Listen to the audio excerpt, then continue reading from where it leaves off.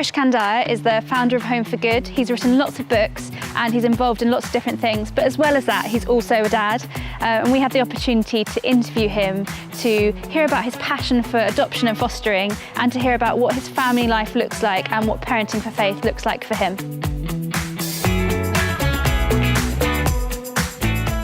So Krish, you're the founder of Home for Good. Can you tell me a bit about your heart for fostering and adoption? So my wife and I, we had 3 birth children in 3 years, and we were under 30, and we thought we had more capacity to be able to care for more children. I must admit I was a little bit nervous about the whole idea of fostering and adoption, but a few things happened. Some friends of ours in their 60s became foster parents. I thought, wow, if they can do that in their 60s, we should be able to do it in our 30s. We recognised there was a whole need in the nation for more foster carers, more adoptive parents. And then the Bible just kept speaking to me about God's concern for the vulnerable. So we became adoptive parents, foster parents about 11 years ago. The more that we got involved in that world, the more we realised just how core this is to the Christian faith, how close to God's heart the vulnerable child is.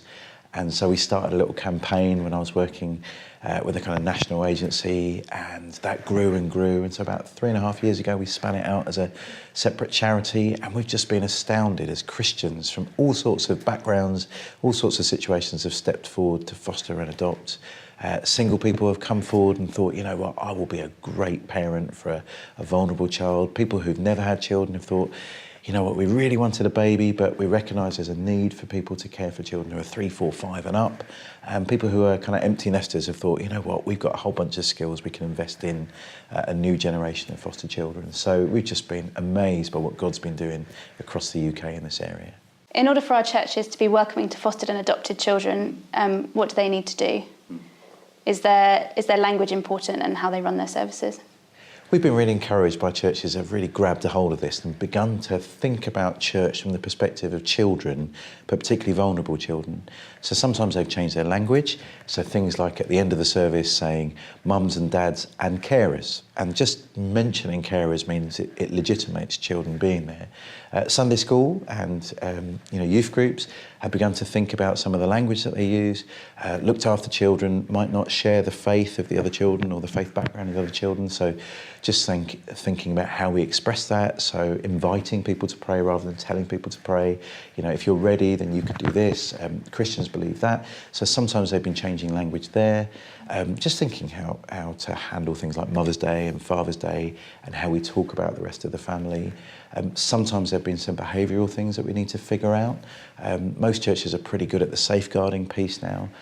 But sometimes some of the discipline mechanisms that we use might need to change, particularly for looked after children. So they talk about time in rather than time out, and exclusion might not be the best thing for a child that's having attachment issues. So recognising, well, how can I put another worker or volunteer alongside that child in a way that's going to help them kind of cope with this behaviour challenge. But overall, we've been really excited as churches have begun to think of themselves not just as a place that you turn up, but a family you belong to. And that means that everyone, all the children, feel more included if they're not just in a programme, but they're recognised as part of the wider spiritual family. That's really interesting. Is there any way the churches can do some more? Yeah, we've been running something called Children and Youth Worker Training as Home for Good. And again, the reception's been amazing because most youth workers, most children's workers really care about kids. And therefore, if we can give them some skills to figure out just some best practice of how they can include vulnerable children, they've been delighted. So please contact the Home for Good team. We'd love to tell you more about that training. Great. For any parent, a supportive network is really important. How do you think we can support adoptive and foster families, particularly when it comes to parenting for faith? Being a foster parent is amazing, but it's definitely challenging. We've had children turn up at our house at 2 a.m. in the morning. They come out of a police van, 4 of them in our lounge, 2 police officers kind of helping them to feel like this is going to be a safe space for them. And then the next morning we know we're going to wake up and they've only got the clothes that they're wearing. So there have been times we've put things out on the Facebook Messenger and, food packages or clothing packages have arrived to kind of help us with those kind of things. Sometimes people have brought their professional skills to be able to help us care for these kids. So this idea that every fostering family or adopting family needs a wider wraparound support from the church, that's really gaining ground. And we've seen some lovely things like people becoming honorary foster aunties or uncles, which has been lovely for us as we've brought kids into our church. Adults that we trust have come alongside us, and they've been the first to greet these children. They've been the first to kind of ask how they're doing, and then following that up week by week. People sending them Christmas cards or birthday cards or presents have again helped children to experience church as a family, not just as an event, and that's been really powerful. We've heard of house groups that have decided to adopt foster families, and so they'll turn up on Tuesday night and pick up all the washing and the ironing that needs doing and bringing it back the next day. These kind of soft support mechanisms really help with some of the stresses around fostering and adoption, and we're delighted that that vision seems to be spreading. What do you think some of the challenges of parenting faith are for adoptive and foster families? So as a foster parent, I have to recognise that a vulnerable child coming into my care has a whole bunch of challenges that they bring with them. Some of that is that they've experienced trauma and neglect, some have experienced violence, sexual abuse, and so they are emotionally vulnerable. And I've got to recognise that as a parent and as a Christian parent, I have to bring my Christianity in a way that's going to be helpful to that child and not abusive and not imposing on them my set of beliefs. And that's hard because I'm super passionate about Christianity and I love it. I don't want to hide my faith, but I don't want to impose that faith. Doctors, nurses, teachers have the same challenge. You know, how do we professionally care for kids in a way that has an integrity about it and is transparent about our faith? So we've developed a way of thinking about this in terms of a principle of reciprocity. So I like to think that I'm an okay parent, but let's say circumstances mean that my children have to be put into care and looked after by somebody else. Now my kids claim Christian faith. How would I want their faith to be nurtured and encouraged and treated? What would I be expecting for the foster parent in that context? And I'd expect hospitality. I'd expect their faith to be made room for, encouraged, nurtured. I wouldn't expect the foster parent to be teaching my children about Christianity or about any other religion. But I wouldn't mind if they were from another faith or no faith at all, as long as my kids' own faith position was being respected. And so I take that as a benchmark of how I care for kids that come into my care. I want to make sure that I respect their faith commitments, honour them. I don't have to hide my faith. I can talk openly about it. I can give them opportunities to explore it if they've got questions. But in the end, I've got to treat them as someone that has their own free will, their own identity, their own beliefs. And I've got to make sure, just as in all good hospitality, those are put first. As well as Home for Good, writing masses of books and being involved in all sorts of other stuff, you're also a dad. What does family look like for you? My family is busy, so we have 3 birth kids, 3 looked after children, and sometimes emergency foster babies, which are always a delight. But yeah, those midnight wake-ups are kind of exciting and challenging. And we've got a real range of ages. So our oldest is off to university and our youngest is a primary school. So that's great fun. The household is busy. There's always laughter and excitement going on. We kind of have 2 phases. So we've got kids that come home from school and then kind of go up to their rooms and do a lot of homework and, networking and all that kind of stuff. And we've got primary school children that want to go to the park and play. So we kind of have phase 1, which is before tea time, and we have phase 2, the kids that turn up at night. So it's like shift parenting in one way. But I think we just love it. We love the way that our kids interact with one another, the different ages, different backgrounds. We love the fact that there's always something going on. There's always someone's birthday or someone's got some homework or school trips to go on. So it's a busy household, but yeah, we're big fans of the way that our family is kind of coming to life. How did you include your children in deciding to foster and adopt? And what did involving them in that discernment process look like? Well, we recognise that becoming foster parents or adoptive parents doesn't just affect us as parents, it affects the whole family. The whole family unit is changed. It's like dropping some dye in a fish tank. Everything is different now. And so from the earliest time that we were thinking about it, we did include our kids. They were quite young at the time. I think the oldest was maybe 8 or 9. And so as much as we could, we explained what was going on, helped them to understand what it was. We feel that we're a team as a family, that we're all involved. And so if our kids feel that they own the vision, own the mission of caring for vulnerable kids, then we can do that together. Because actually there's a huge role that an 8 or 9-year-old can play in the life of a 2 or 3-year-old, to welcome them, to make them feel accepted. And so that's always been the case, that throughout our time it's felt like we're a unit, welcoming more people in. And yeah, that's been important for us. And we see it as part of our kids' spiritual formation, that, you know, we want our kids to be like Jesus. And how was Jesus? He was compassionate and generous and gracious. Well, how do you help your kids to become compassionate, generous and gracious? You could do a Bible study about it. You could make sure they go to a Sunday school where that's going to be taught. You could memorise a Bible verse. All of those things are good. But actually the daily practice of being generous and gracious and compassionate, that's forming character. And so we feel this isn't a bolt-on to our spiritual development of our kids. This is an essential element of it. So it's not just the initial decision of becoming foster parents or adoptive parents that we include our kids in. That's an ongoing process. So often when a child leaves us, often it's to be reunited with birth parents, or maybe they're going on to adoption. We go out for a lunch and have a bit of a celebrate and remember the good times and the funny stories that we can share, or, you know, just good memories. And maybe we'll talk about some of the difficult things and some of the harder parts. I mean, even just a child leaving is quite traumatic, because you come to love them as a member of your family, and so that's a big wrench.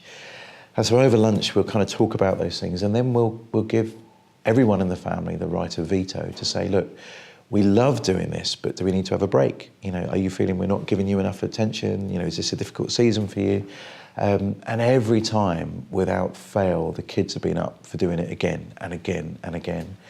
Some of our kids are thinking about this as part of their kind of future vocation, you know, whether it's social work or fostering themselves. But again, it's just reinforcing that we as a family, we're all in this together. And I'd say that for people that are considering it, you know, maybe you're passionate, but the rest of your family aren't. Well, maybe it's to have patience, maybe it's praying that the rest of the family will gather that vision.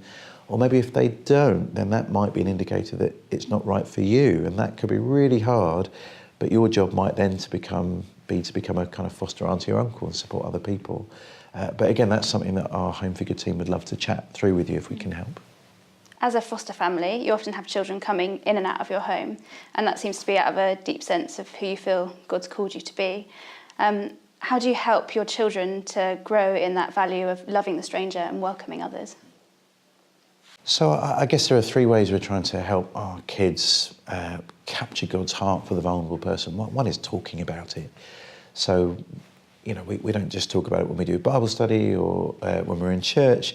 We're talking about it around the table. There is often some really big decisions that we need to make. Are we going to adopt? Are we going to be long-term foster carers? That's not just going to influence us, it's going to influence everybody. So just having that conversation and bringing the kind of God perspective into that, that's really one way. The second way, I guess, is modelling. You know, we want to demonstrate as best we can the character of God to our kids. And we hope we're doing that on a daily basis. And, you know, we fail as much as we win. But overall, we hope they're catching something of God's heart with us. But the third way is participation. You know, how can we help our kids to obey God and to experience a hospitable and generous life? And so again, daily that happens. And there's a great story. We were, one of our children was going on a residential with the school, and it was one of my daughters. And there were 3 beds in each of the rooms, and my daughter and her best friend shared a room, and there was a spare bed. And there was also a spare child. And this child had a few social challenges, and so wasn't easily finding somewhere to stay. And so my daughter and her friend said, oh, look, come in with us. And they had a great week together. And it was a parent-teachers consult meeting not long after that, residential. And the teacher said to me, she said, well, there was something incredibly loving about your daughter, almost motherly towards this other child. Where did that come from? And I thought, oh, I think I know where that came from. She's been a foster sister to dozens of children over, the last 10 years.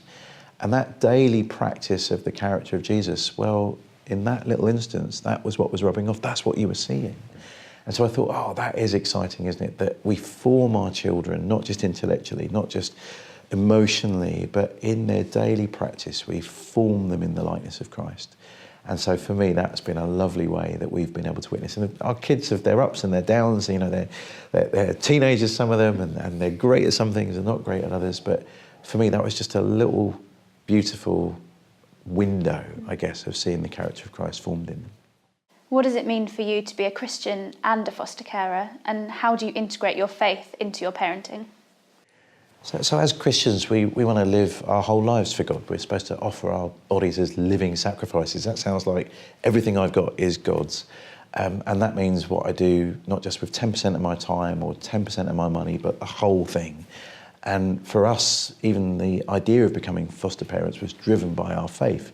God describes himself as a father to the fatherless and a protector of widows and orphans. So if I'm going to claim to be a Christian, someone walking in the footsteps of Christ, or if I aspire to be godly, in other words, someone trying to practice the character of God, well, God's priorities have to influence us. And so we became foster parents. That was what was driving us.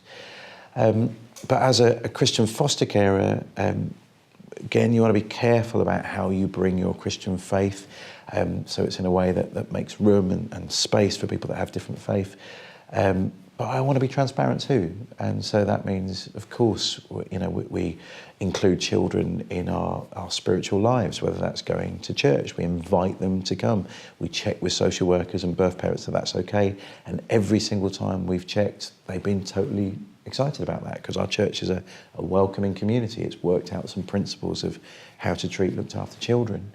But also, most dinner times are quite important spiritual formation times for us, because we'll talk about stuff. We'll talk about what's going on in the world. We'll talk about our lives. We'll talk about what we're experiencing of God, and we're trying to bring that all together. And so children are overhearing that. Again, hopefully not in a way that imposes on them, but a way that invites them into another worldview, into another way of viewing life. And so we hope all of those different factors are ways that our birth kids and our foster kids and our adopted kids get to see what the Christian faith looks like. The children that you welcome into your home can often be from a range of different faith backgrounds. How do you help your children to respect other religions and to be able to discuss that and welcome them in? Yeah, so I guess there are a couple of ways we help our kids to think these things through. So one is modelling.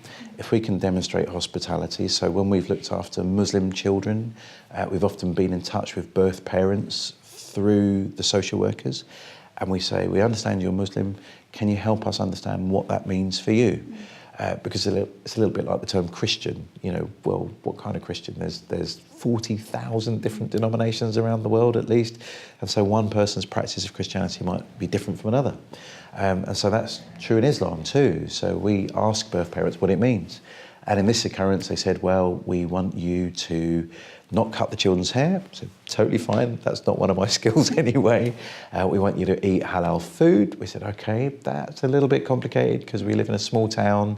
There's no halal butchers. So maybe we'll be vegetarian for some of that time. That's a way that we can honour your faith commitments. And then the third thing they said was they wanted us to teach the children the Quran. And I thought, well, I'm not sure I could do that with integrity. I'm very happy to make a Quran available. I'm very happy if you want an Islamic teacher to come and visit in our house, or you want the children to go to the mosque, that will be fine. But for me to teach the Quran, I think that's stepping over a line that I don't feel comfortable with, and I don't think I could do it with integrity. And in the end, that was fine. So there was that kind of dialogue and conversation.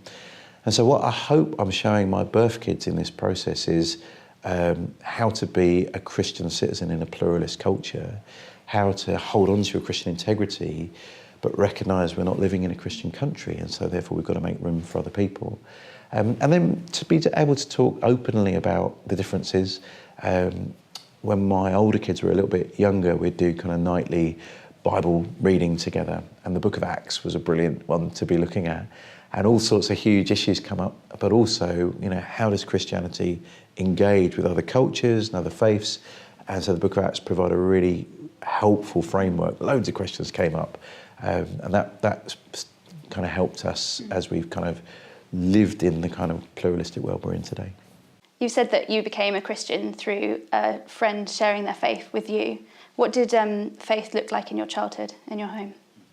So I was raised in a mixed faith and mixed race backgrounds, and my dad was born in Malaysia, but his dad's dad was from Sri Lanka, and they were Sri Lankan Tamils who were Hindu. That's why my name is Krish, which is short for Krishna. My mum was born in India. Her mum was Indian, but her dad was Irish. So, you know, real complex mix there. And she was in kind of Christian boarding school as she grew up. Didn't have a great experience of faith in that context. And so my parents gave me a lot of religious liberty. They didn't force me to become Hindu, they didn't force me to become Christian. They let me kind of develop my own, you know, way of thinking about things. I was influenced by the Salvation Army, because when you're 8 years old and there's a marching band outside your house, that is a culturally cool way of connecting. So I started to go to Sunday school there, and had lovely kind of nurturing Sunday school teachers that helped me. But it was when I was at secondary school, when I was 15, that a lad stood up in my class, and in the form period, which was in a chemistry lab, which was a very dangerous place to live, let alone witness to faith, he stood up and shared his faith, and that was just a real game changer for me, because I've been very private and quiet about my Christian faith, but here was someone going very public about it, and that really changed my life. So 15-year-old boy called Stephen Whittington, who's still a friend today, it was his witness, his articulation of the gospel that really switched the lights on for me. Many parents who are first-generation Christians struggle to figure out how to help their children connect better with God because they didn't experience it as a kid. How did you as new parents figure out your first steps in that? So my wife and I came from really different backgrounds. My wife was raised in the church and had Christian parents, while my parents, as we said, mixed faith, mixed race. And so that's meant some really interesting conversations between us, and things that we've learned either from the coalface of trying it out for the first time, or kind of reflecting what was done to us. And so that's part of the fun, I think, isn't it? That when you get married and you raise kids, you're trying to figure out what the Christian culture of your home is going to be. And sometimes we react against our past, and sometimes, we reject stuff that maybe we shouldn't. Sometimes we take on things that, we hadn't thought about before. So for us, a lot of that was working through, well, this is what my parents did. Was this good or bad? And, actually, is that going to work today? And I guess there's always a really helpful interplay between your past experience, your current experience of your church and other parents. And so talking with other parents. We've facilitated or been involved in parenting courses ourselves, and that's been helpful to talk things through. Some of our peers had kids the same times as us, and so what do you do and how does this work? And things like Christian festivals can be really helpful, because you're seeing how other churches do things, or you're being exposed to different ministries, and then you're just trying to reflect on scripture yourself, aren't you? Going, well, how do I translate this into my family? So, we're still learning. We've got 6 kids in our house. Our oldest is left for university, and so I'm sure there are things that we did that were crazy and shouldn't have done, and we'll try better with child number 2, and maybe by child number 20 we'll get to be experts in these. So it's an evolving process that we're trying to learn as we go. Great. You said about getting married and figuring out what your family culture is. Do you think you would be able to name what that is in your family? What is our family culture? I think, again, it's evolving. So none of our families had fostering and adoption as part of their culture, and so that's something that we've learned and kind of stepped into. And each child that comes in changes things. So when you're looking after a child with a lot of additional needs, that changes the culture in your family, in that suddenly their needs become more visible, and things need to be different as a result. Routines and patterns need to be different because you're making space for this child. So I guess I want the overall banner of our family to be hospitality. That's what we're about. That our family is not just supposed to be a kind of safe haven, although that's important. So there's that expression that an Englishman's home is his castle. sadly, that is how a lot of people think, not just inside the church, but outside the church too, that you've got to protect your family from the bad things that are in the world. And it can mean that you're building a lot more walls. And I want to say, of course, I want my family to be safe, but I also want my family to demonstrate the kind of life that Jesus lived. And Jesus was all about welcoming the stranger. You look through his parables. I mean, the parable of the Good Samaritan is about reaching out to strangers. You look at Jesus at after the crucifixion and the resurrection, he drops in on a conversation with two disciples that are walking away from Jerusalem, and he's a stranger. And it's only when they welcome him into their house and break bread that they realise it's Jesus. And so you've got all these things all the way through Scripture where welcoming the stranger is normative for the Christian. And so we don't say an Englishman's home is his castle. We want to say a Christian's home is a hospital. It's where the broken and the vulnerable can come and find safety and sanctuary. And of course, you want to be careful about that. You know, there are kids that you need to protect from, certain elements out there. But on the other hand, you don't want to become xenophobic, which is about the fear of the stranger. So we're trying to walk as graciously and as wisely as we can in the footsteps of Jesus. And we want that to be our family culture. And that's what we're trying to figure through. One of the skills we talk about in the Parenting for Faith course is creating windows into our relationship with God. So, for example, talking out loud to him or leaving the door open if we're doing it at quiet time so our kids can see what it looks like for us to chat to him. How do you create windows for your kids to see into your relationship with God? So I learned a lot as a new Christian when I went to university, and just the hospitality I received from families in the church. So they were, a couple of life stages on from me, the way they did their dinner times and the way that they did bedtimes with their kids, that really helped me learn about, making the most of those opportunities. But I guess the other thing we've been trying to do as a family is to have this kind of transparency idea. And the Psalms are full of people expressing emotions to God, and some of those are really positive emotions about praise and wonder and recognising the majesty of God. But some of them are pretty difficult emotions too, wrestling with where God is and feeling abandoned or feeling angry. And so I guess that's one of the windows that we're trying to figure through. How do we wrestle with some of the difficult times that we're going through in our spiritual lives or in the world or in our church with our kids? And so we don't want our Christianity to look like a talk show host where you're smiling through gritted teeth no matter what's happening. And so I'm trying to prepare my kids for difficult times in their faith, whether that's disappointment with God, whether that's difficult circumstances. And again, the dinner table's often a place where we end up doing that. We'll talk about the news. There was a news story recently about an adopted child that was murdered 2 weeks after the adoption by their adoptive parents.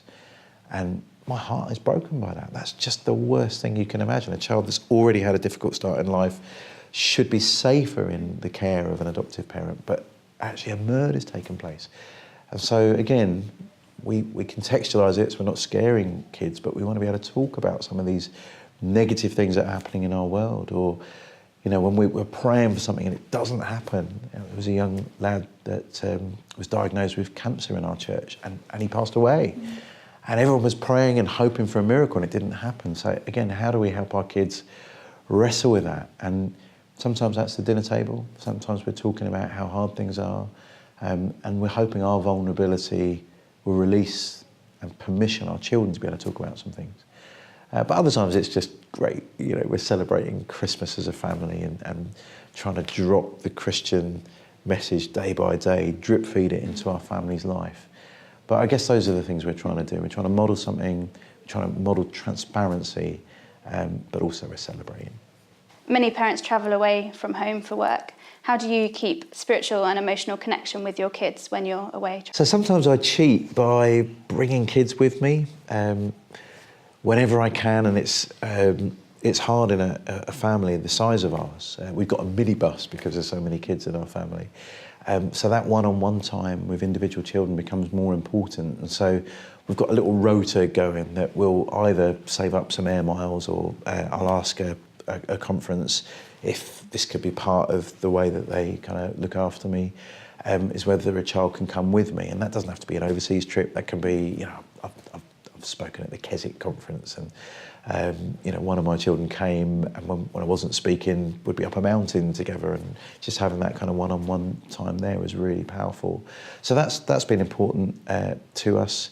I've often made some of those trips kind of spiritual landmarks. So my eldest daughter, she came on a trip with me, and that was the time she got her adult Bible, and so she can remember where and when that took place. And we talked a lot about, we were at a place that had a lot of significance for the martyrdom of Christians, and so we were able to say, look, you know, your spiritual ancestors gave up their lives in order that this book and the message it contains could be passed on to future generations. So I'm giving you this book, and it's got some weight to it, and you know it's important to me. I want it to become an important part of your life too. So trying to use some of those trips as spiritual landmarks has been quite helpful.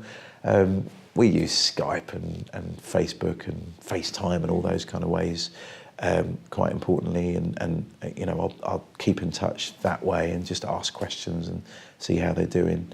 And I try to, wherever possible, not be away during the school holidays. That's quite important. So where there's a routine of the school week, it's a lot easier for me to be away then than it is during the holidays when they need both parents on hand. Your book, Paradoxology, wrestles with some of the big questions we have about God and impresses the importance of tackling those rather than shying away from them.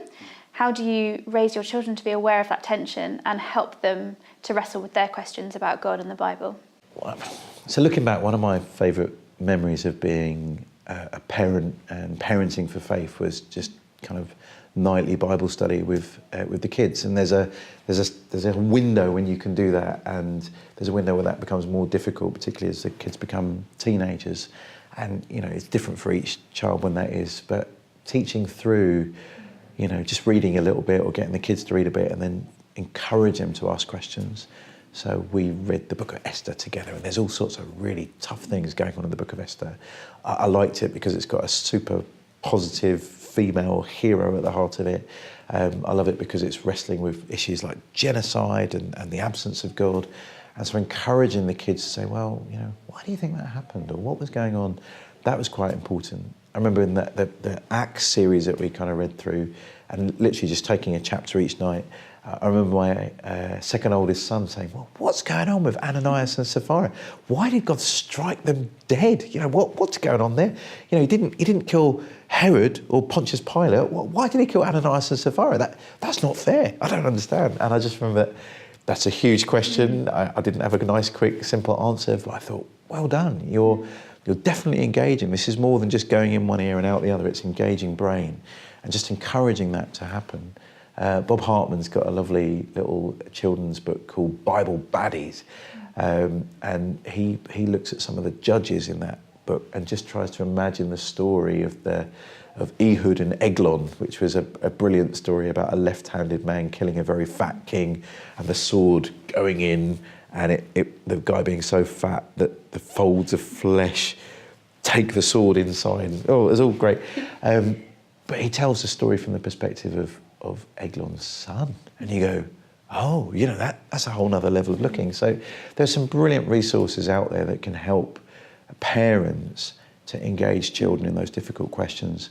I've been really encouraged, particularly with Paradoxology, that teenagers have been reading that book on their own and either contacting me on Facebook or meeting me up and at conferences and events saying that book helped me know that it's okay to ask questions, that God's big enough to handle them. And I think that's a real win. That's really cool. That's really cool. That's one of the things, often people come on the parenting faith course and they're afraid of doing those big questions with their kids because they feel like they don't have the answers. Yeah. So that's great because you've shared there that actually you don't have the answer, but it doesn't matter. Yeah.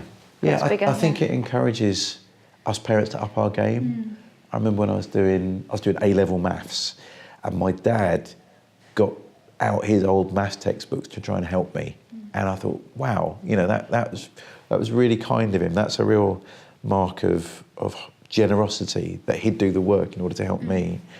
And so if our kids are asking big questions, if we actually have to go and dust off some old books or, look stuff up on the internet or talk to the pastor of the church, and we go that extra mile, I think that demonstrates a compassion for the kids, but also it shows you don't have to have all the answers in order to be a parent or to be a Christian. And so this demonstration of, I suppose, lifelong learning is a really good one.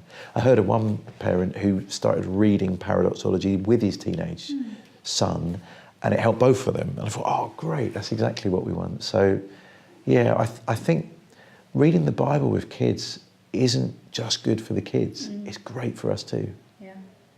In Parenting for Faith, we're all on a journey of figuring out how to help our kids connect with God better. What are you currently pondering that you feel like you haven't quite figured out yet? Oh, there's loads of things I'm trying to figure out. I'm still trying to figure out how we do church in a way that recognises the primary responsibility of parents for the spiritual formation of children, but recognises also that there are some brilliant experts and professionals, if you like, that have got something to bring. How do you do that well? I'm still wrestling with, I'm not sure that Sunday school is the best option for helping us as a whole church to grow together. But I've also seen some of our all-age things just dumb church down so that nobody's really getting anything out of it at all. So I'm looking for new models of what that could look like. I'm wrestling with the whole issue of how much, how to help kids to see their life at school as part of the mission of God, not in an unhelpful, pushy way, but in an intentional way. Because if we get that right, then it makes it a lot easier for people to go to university or to go to work with that missional vision.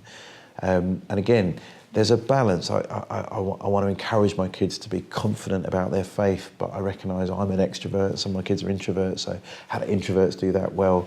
So there's a whole bunch of issues that I'm constantly wrestling with, and I guess that's part of the fun of the time in history that we live in, that some of the old traditional ways aren't necessarily going to cut it because our culture has shifted so far.